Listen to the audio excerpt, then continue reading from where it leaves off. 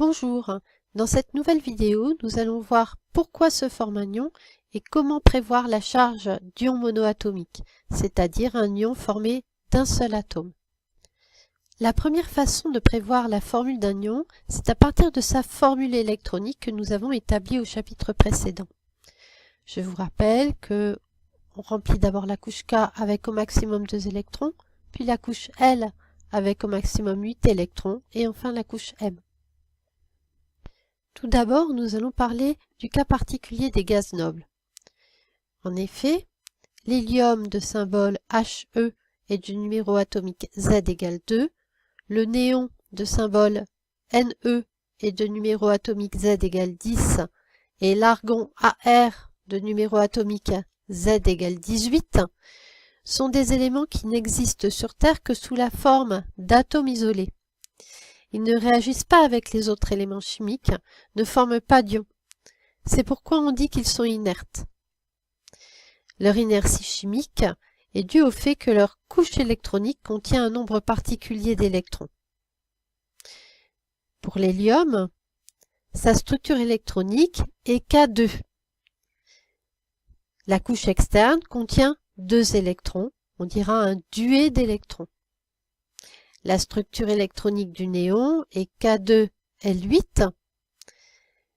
La couche externe contient donc 8 électrons, on dira un octet d'électrons.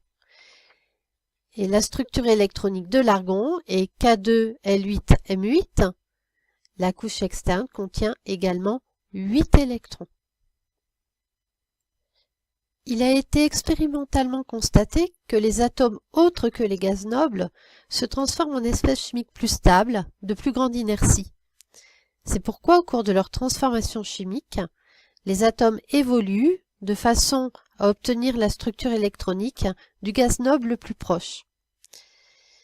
Alors du coup, pour les éléments de numéro atomique voisin de 2, c'est la règle du duet qui va s'appliquer, soit 2 électrons sur la couche externe. Donc c'est valable jusque Z égale 4. Et pour les éléments de numéro atomique inférieur à 20, inférieur ou égal à 20, et non voisin de 2, c'est la règle de l'octet qui va s'appliquer, soit 8 électrons sur les couches L ou M.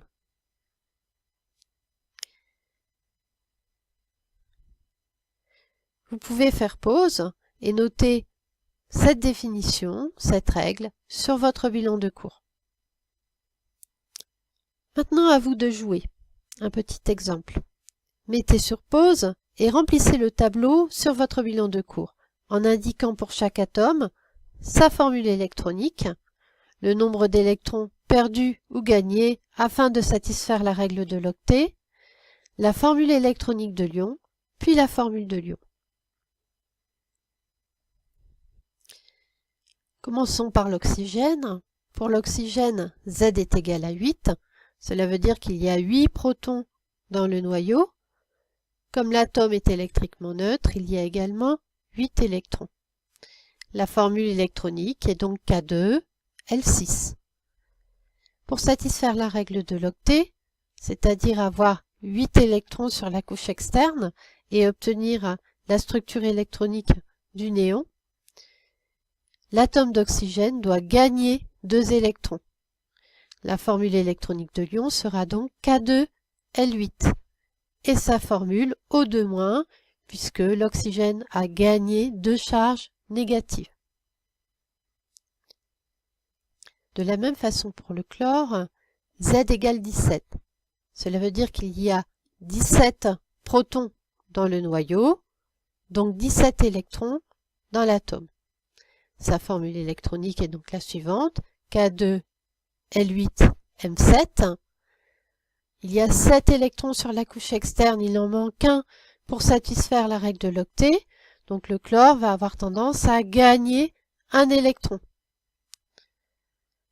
La formule électronique de l'ion sera donc K2L8M8 et la formule de l'ion sera donc Cl-.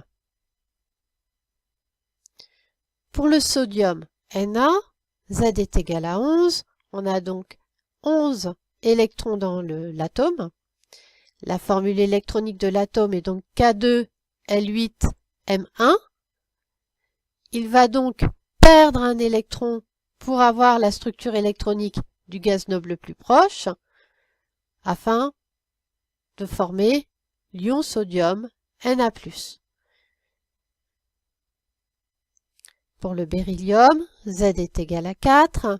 Sa formule électronique, c'est K2L2. Il va donc perdre 2 électrons afin d'obtenir la formule électronique de l'hélium, K2. L'ion formé sera donc Be2+. Je vous remercie de votre attention et à bientôt pour une nouvelle capsule vidéo.